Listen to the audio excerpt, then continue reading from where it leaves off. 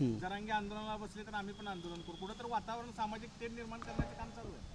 100% खऱ्या अर्थानं ओबीसी जे वडेगोद्रीमध्ये जे आंदोलन झालं त्या आंदोलनामध्ये लक्ष्मण हाकेंना जे आंदोलन करणारे तिथले वडेगोद्रीचे बळीराम तात्या खटके, त्यांच्याबरोबर ॲडव्होकेट विजय खटके असतील, दीपक बोराडे असतील, सत्संग मुंडे असतील, विठ्ठल तळेकर असतील, रवींद्र खरात असतील, या ज्या लोकांनी जे आंदोलन उभा केलं त्यातला एकही माणूस हाकेसोबत नाही आहे किंवा त्यांच्याबरोबर पाठीमागच्या पडत्या काळामध्ये आम्ही काम करणारे मी असेल, विजय नायकवाडे असतील, सचिन बनगर असतील, सोनिया जमदाडे मॅडम असतील, बिरुदेव खांडेकर असतील, किती लोकांची नावं घ्यायची, परंतु स्वयंघोषित स्वतःला नेता म्हणतो आणि त्याच्यासोबत एक माणूस नाही, त्यांनी कॅमेऱ्यापुढे नाव घेऊन सांगावं की माझ्या गाडीत हा माणूस फिरतो किंवा मी ह्यांच्याबरोबर काम करतो।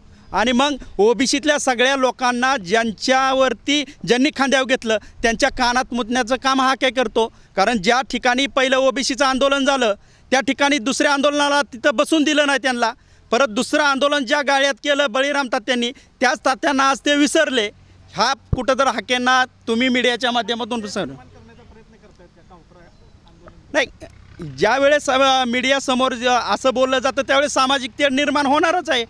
तुम्ही तुमची भूमिका मांडा, त्यांनी त्यांची भूमिका मांडा। ज्यावेळेस दोन शेतकऱ्याचं भांडण एखाद्या जमिनीवरून लागतं तेव्हा शेतकरी समोर भांडत नाहीत, ते न्यायालयीन प्रक्रिये कोर्टामध्ये जातात, सुनावण्या होतात, आपापल्या वकिलाकडून तिथं बाजू मांडली जाते। परंतु हाकेकडून जाणीवपूर्वक अजितदादांना टार्गेट करण्याचा प्रयत्न केला जातो आहे का भुजबळ साहेब आहेत ना आमचे राष्ट्रवादीचे नेते आहेत, आणि मग जे म्हणणं हाके मीडियातून मांडतायत हे त्यांनी भुजबळ साहेबाकडे मांडावं आणि ते प्रशासन दरबारी शासन दरबारी त्याच्या बैठका लावाव्यात, त्यातून चर्चेतून मार्ग निघेल। पण केवळ आणि केवळ अजितदादांवरती बोलल्याशिवाय मीडिया मिळत नाही किंवा त्या सरकारमध्ये फक्त अजितदादांना टार्गेट करतात। अरे सरकारमध्ये देवेंद्र फडणवीस मुख्यमंत्री आहेत, एकनाथ शिंदेजी उपमुख्यमंत्री आहेत, आणि मग हाक्यांचे जर काय प्रश्न असतील तर त्यांनी सरकारला प्रश्न करावेत। बरं नुसतं प्रश्न करून काय प्रसिद्धी मिळवायची का तुम्हाला मानणार? मग हाकेची एवढी अवकात नाही का या प्रशासनामध्ये किंवा या मंत्रालयामध्ये त्यांना कोण ओळखणारं?